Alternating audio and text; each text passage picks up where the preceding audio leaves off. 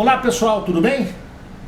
Estamos aqui novamente desenvolvendo aqui um vídeo com a finalidade de mostrar aos nossos clientes, ao pessoal que gosta dos nossos produtos, uma melhor forma de utilizar e principalmente entender melhor sobre os nossos amplificadores, né? Na verdade, eu fiz um último vídeo que eu fiz, eu tentei demonstrar a potência da fonte de uma forma muito simples e causou alguma comoção aí. Algumas pessoas gostaram, outras não gostaram, e tivemos outros testes feitos por terceiros também, demonstrando uma situação irreal dos nossos amplificadores, apresentando eles como um produto com uma potência extremamente abaixo do que a gente vende, e não é possível isso. Nós estamos há 15 anos no mercado, vendendo para o Brasil inteiro, e não dá para a gente ficar vendendo coisa que a gente fala que é de um jeito e é de outro jeito por 15 anos. Que a pessoa tem que ter um bom senso. Se você fizer uma venda mentirosa, você sobrevive aí por algum tempo, mas muito pouco tempo. Os produtos da Eclésia, eles agradam aí seguramente acima de 95% dos seus compradores. É só olhar nas mídias sociais aí e vocês vão encontrar, para cada reclamação nossa aí que fazem a respeito do nosso produto, uma infinidade de elogios, tanto no Mercado Livre como no Facebook ou qualquer outra mídia digital. Bom, eu acho normal aparecerem críticas, é bastante normal e de fato ajuda a gente. Só que tem algumas críticas que não tem pé nem cabeça, algumas são extremamente maldosas e não visam absolutamente ajudar ou acrescentar. São críticas apenas para tumultuar, a gente não sabe se parte de algum tipo de concorrência, nós não sabemos, também não interessa. Então eu resolvi fazer novamente esse teste de uma forma muito simples, para que todos possam fazer em casa e comprovar. Não tem equipamento sofisticado, não tem nada, nós vamos fazer de uma forma simples, extremamente didática. E vocês vão verificar que a gente não está de forma nenhuma aí brincando com a nossa clientela. Nós temos visto agora, tem aparecido principalmente graças à internet, né, um pessoal que começa a trabalhar com eletrônica em outras áreas também. E em pouco tempo ele se transforma professor, se transforma num especialista naquilo, apenas lendo uma coisa, lendo outra, e não é assim que acontece. Um profissional da área, uma pessoa para trabalhar e fazer opiniões em cima de assuntos complexos, como são os amplificadores, precisa de uma quantidade maior de estudo, precisa muitas vezes de uma faculdade, não pode apenas ouvir isso, ouvir aquilo, assistir o YouTube e sair sentenciando pessoas, sair sentenciando empresas, porque ele acredita que é daquela forma. Isso daí é uma forma mais ou menos irresponsável de fazer crítica, ou enfim, né, de prejudicar, às vezes sem intenção, mas não custa nada prestar atenção. Essa questão da análise de amplificadores, distorção, clipagem, isso vai longe, requer um estudo muito grande, anos de prática, anos de experiência, e aí, com poucas palavras, um novato no ramo aí acaba colocando, não só no produto de Eclésia, a gente vê isso acontecendo hoje, não só em produtos eletrônicos, mas em qualquer outro tipo de produto, ou até mesmo as pessoas acabam por depreciar a vida das pessoas, de indivíduos. Eu acho isso daí uma grande inutilidade e não acrescenta em nada. Então vamos fazer um teste muito mais objetivo para que esse pessoal não tenha muito para onde correr. Ele assista e seja obrigado a aceitar aquele teste como alguma coisa real. Eu tive o cuidado de procurar na internet aqui e achar um texto muito interessante, e eu gostaria que quem tiver um interesse em aprender a respeito, lesse esse texto. Procurando por essa indicação aqui, vocês vão achar facilmente. O que eu quero dizer com isso daí? Nos amplificadores classe D, a distorção THD mais N não tem a importância que tem nos amplificadores linear. Nos amplificadores classe D, a distorção de maior preocupação é a distorção causada por intermodulação com o batimento da fonte. Isto é, o áudio que entra no amplificador acaba mixando com o ripple da fonte e acaba gerando aí harmônicas de primeira, de segunda, terceira ordem, que acabam causando um distúrbio na saída, resultando em uma distorção por intermodulação. Esta distorção por intermodulação é muito mais importante nos amplificadores classe D do que a intermodulação THD mais N. Eu gostaria também de falar alguma coisa sobre isso. A gente tem encontrado aqui, na nossa clientela, um pessoal que busca coisas realmente não são necessárias. Por exemplo, nós queremos um amplificador com 0,0001% de distorção.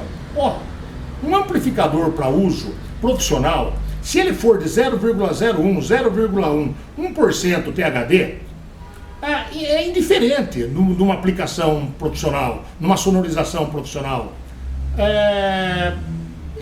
O que vai pesar é o custo de cada um deles. Você vai fazer a exigência de um produto com preço muito maior do que aquilo que você poderia estar usando, economizando e fazendo o mesmo papel. Aí no planeta nós teremos uma porcentagem ínfima de pessoas que poderiam distinguir em uma amplificação com THD de 1% e THD de 0,1%. Realmente é alguma coisa que no uso profissional não conta de forma nenhuma. E agora, inadvertidamente, este ou aquele que está começando ou não entendeu direito como é que funciona ainda as coisas, é 0,1, não, só trabalhamos assim. Não, o exagero leva a custo. E custo precisa ser equilibrado. Você precisa ter uma coisa que atenda a um custo real. É aquela história da relação custo-benefício. É a mesma coisa quando falamos, nós estamos falando agora de distorção. Então existe um caso muito peculiar, onde nos procuram querendo amplificadores para subgraves que amplifiquem a partir de 10 Hz, que amplifiquem a partir de 20 Hz. Bom, na verdade não é nem isso que a pessoa deve perguntar e deve questionar. Ela tem que saber a curva de resposta, como que acontece nos extremos. A pessoa faz uma pergunta que pela pergunta a gente vê que a pessoa não entende.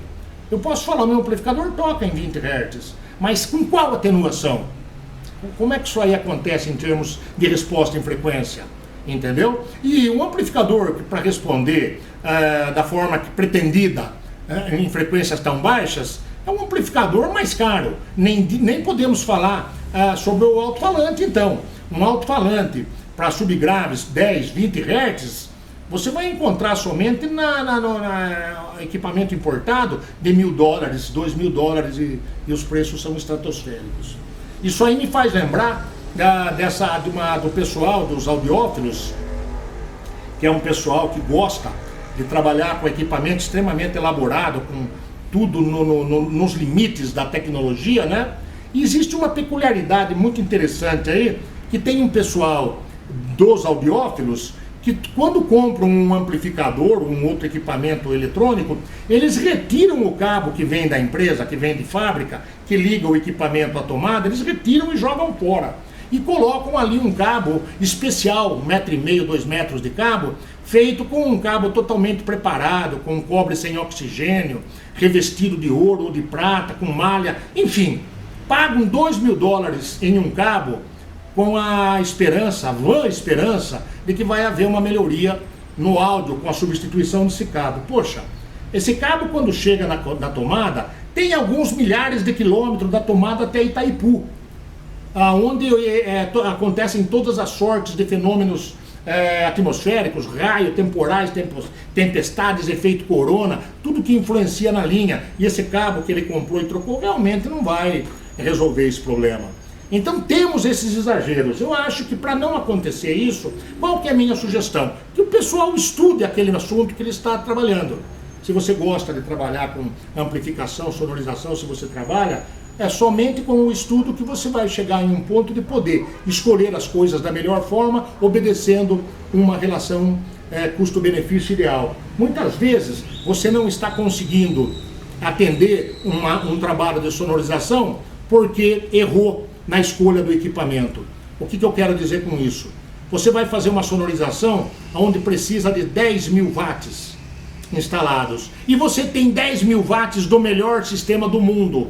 Você poderia ter 20.000 watts de um sistema que não é o melhor do mundo, fazer aquele trabalho sem estar no talo e agradar todo mundo. E você pode também fazer aqueles 10.000 watts com os 10.000 watts que você tem melhor do mundo e queimar alguma coisa no meio do caminho e você ficar na mão. Então, claro que devemos observar em tudo a relação custo-benefício. Bom, olhando aqui no nosso set que eu preparei para teste, a primeira coisa que eu fiz foi desenvolver aqui um teste para a gente aferir o amperímetro, para saber se o amperímetro está marcando corretamente. Bom, eu tive o cuidado de preparar um teste para aferir esta tensão e esta corrente. Vamos lá. O que eu fiz? Eu peguei uma resistência desta halógena, que ela é de 220 volts e 150 watts. Bom, está aqui a resistência. O que nós vamos fazer para aferir aquele multímetro? Nós vamos ligar e observar qual é a corrente de funcionamento. Vamos lá. Bom, está apresentando ali 630 mA e 221 volts. Vamos fazer a conta disso. 630 mA e 220 volts. Potência, como sabemos, é igual a U vezes I. 220 vezes 0,630 igual 220 vezes 0,630, temos 138 watts. A lâmpada indica 150 watts. Temos um erro aí de 5%. Esse erro aí pode ser da lâmpada, pode ser do medidor. Para nós não interessa. Bom, vamos ao teste, né? Nós usamos para isso uma resistência de chuveiro de 7.500 watts, aonde fui fazendo ajustes aqui até fazer com que nos terminais aqui apresentasse 4 ohms. Sem me preocupar com precisão, porque nós não vamos usar os 4 ohms em nenhum cálculo. Esta resistência aqui eu coloquei em um compartimento com água, para que ela não ferve, não estrague rapidamente. Tá? Vamos utilizar um 60 Hz gerado pelo YouTube, né? Temos aí uma pessoa que colocou aí uma gravação de 60 Hz, uma mesa de som e o nosso amplificador de 1000 watts, de 1500 watts de classe. Bom, o que é que a gente vai fazer? Nós vamos primeiro de tudo medir a corrente, medir a amplitude, até o momento em que haja a intermodulação da fonte. No momento onde a regulação da fonte cai e aí o ripple da fonte mixa com o sinal que está entrando no sistema e acaba acontecendo a distorção por intermodulação. Importantíssimo lembrar que o que você vai ver de intermodulação e que parece uma coisa terrível em termos de imagem, esta intermodulação não tem o mesmo peso acústico. Quando isso aí se transforma em som, aquele visual, aquela intermodulação não repercute no alto-falante daquela forma. Claro que repercute, vai influenciar lá na frente em uma distorção, mas essa distorção não é aquilo que o desenho, que o osciloscópio acaba mostrando graficamente. Essa questão de cálculos e de testes THD de forma precisa necessitam de equipamentos caríssimos, necessitam de um set de teste, o qual nós não temos, a maioria das pessoas não tem. E nós aqui particularmente, nós nos valemos das informações que o fabricante nos fornece. O componente que a gente usa para amplificação é o famoso IRS 2092. E as configurações são aquelas oferecidas pela Infineon. E fazendo essa configuração, nós temos os valores os quais a Infineon já cuidou de levantar. Então um amplificador dessa categoria aqui vai ter aí uma distorção THD mais N, que vamos dizer, é a famosa, em torno de 0,1%, 0,01%, dependendo dos componentes escolhidos, das tolerâncias, e dependendo da potência em que ele esteja tocando.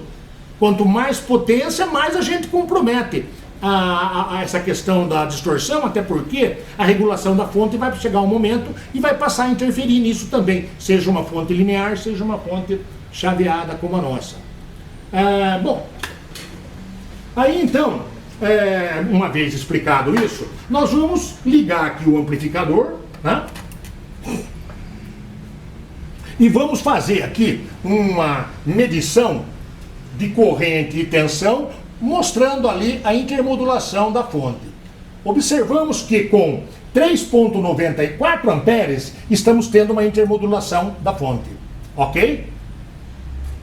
Esta sujeira que vocês viram não é uma sujeira audível. Se você colocar instrumentos, você vai perceber a interferência e a distorção causada, mas ela não é audível como se fosse um ruído. Essa intermodulação é numa frequência alta, acima da resposta em frequência dos transdutores acústicos, ok? Bom, o que nós vamos fazer agora é esse mesmo teste filtrando com um filtro low pass, que foi aqui estabelecido com um capacitor de 470 nano e um indutor de 220 micro. O que eu fiz?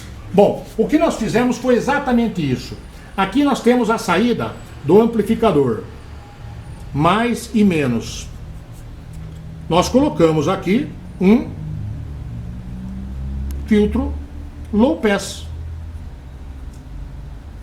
220 micro, e aqui 470 nano. O alto-falante, obviamente, está colocado aqui, a carga. No caso, a nossa resistência de chuveiro. Bom, voltando aqui ao nosso teste. Vamos fazer agora o mesmo teste feito anteriormente, coletando corrente e tensão, filtrando o quê? O ripple. Filtrando a intermodulação da fonte, a mixagem do ripple da fonte no sinal de áudio. Vamos lá.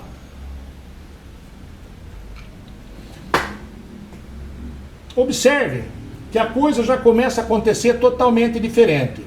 Nós estamos falando em 7 amperes, agora temos um início de intermodulação, 7,5 amperes, início de intermodulação. 8 amperes, um pouco mais de 8 amperes. Vamos manter em 7 amperes e 214 volts. Olha só, 7 amperes e meio sem nenhuma intermodulação e 214 volts.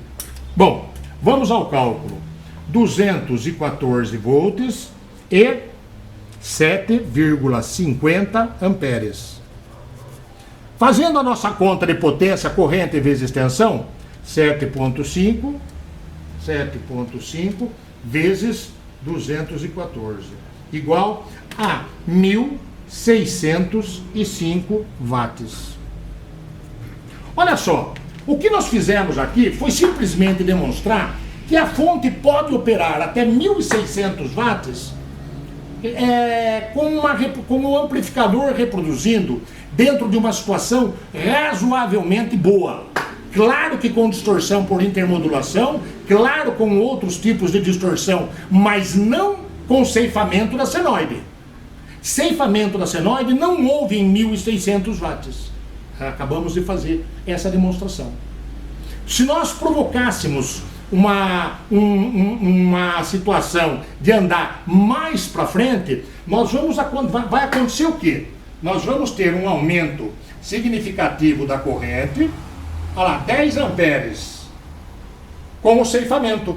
Estamos com 9,5 amperes e o ceifamento que vocês puderam observar no osciloscópio. Aquilo sim é um ceifamento. Aí o filtro não cuidou de retirá-lo do campo visual. O filtro tira o quê? O ripple, a intermodulação.